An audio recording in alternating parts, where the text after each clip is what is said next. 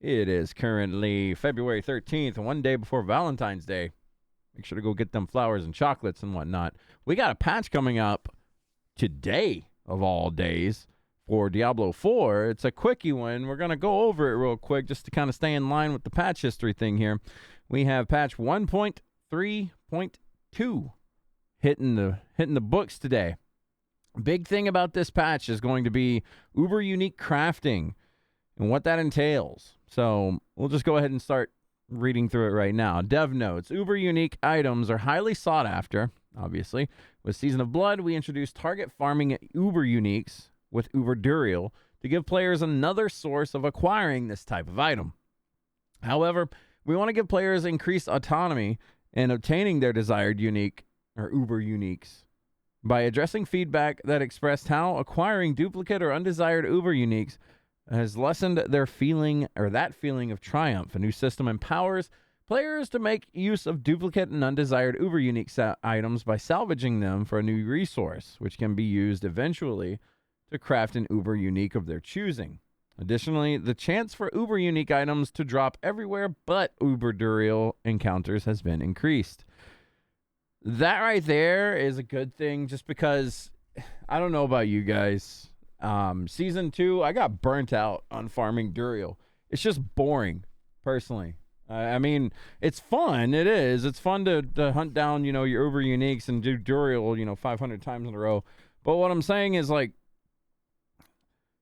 I feel like the Uber unique system, the target farming system, it's a good thing if there's target farming of multiple locations, right? And what I mean by that is not just Uber Duriel and Uber Duriel alone. So them increasing chances, we don't know how much it is, but if the chances go from only 3 people in the world receiving a Shaco in the world, like, not with Duriel, obviously, but before Uber Duriel, there was only like a handful of people that had Uber unique, so it wasn't like some godly amount.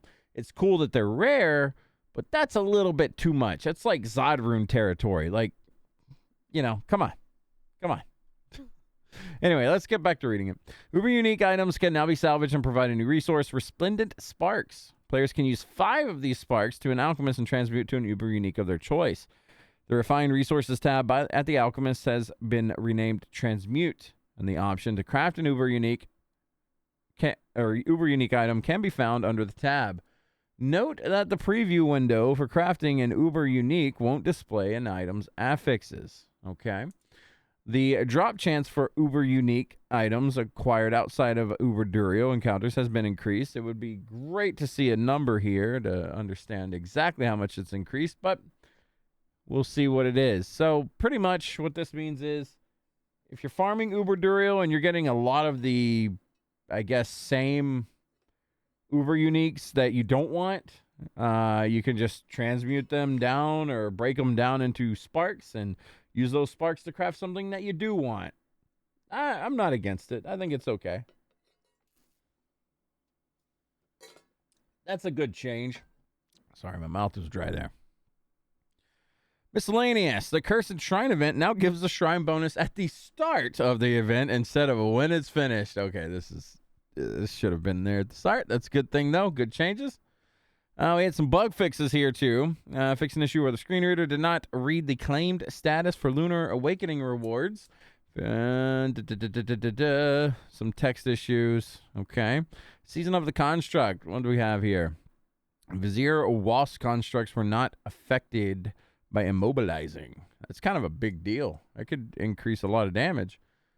Fix an issue where the tooltip for igneous cores were missing information. Okay, anything special here? Fix an issue where attacks from Malphus could still damage players after he's defeated.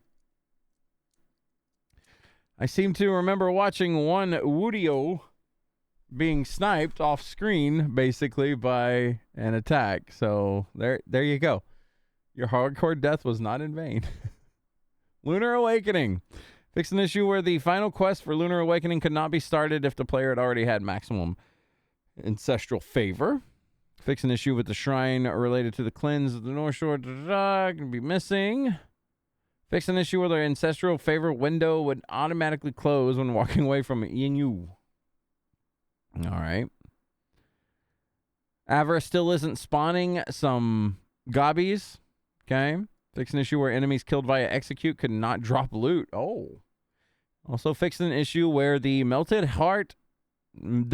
here of Selig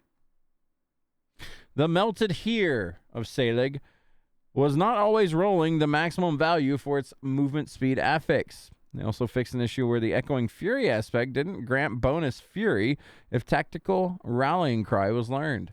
Fixed an issue where Advanced Rapid Fire would incorrectly override the bonus critical strike damage from others. So, ooh, that's kind of a big deal. Huh. All right. Fix an issue where the damage increase and resource reduction from the Ring of the Starless Sky is not calculating correctly. I don't even know what was wrong there. Fix an issue where the final lieutenant failed to spawn in the Onyx Watchtower. Completion without a reset. Well, it just looks like some general fixes. Thank goodness that, we live in a day and age where we can get things fixed later on than never. How you guys enjoying Season 3? Are you liking it? Are you still playing it? I know a lot of my friends have dropped off, and I'm still playing it, just a lot less than normal. Season 2 was a banger. Season 3 started off kind of slow, but I think it's picked up. I think these patches have been very positive for the D4 community as a whole. I know we got a lot of things on our plate. If you're an avid ARPG player, you got Last Epoch coming up in, 8 days or something like that. I think it's on the 21st of February. So we got that to look forward to. Path of Exile in a couple of months. Like, there's a lot on our plates if you're an ARPG fan. It's a good thing. It's a good thing. D4 definitely holding strong, I think. Has its problems, but it's holding strong.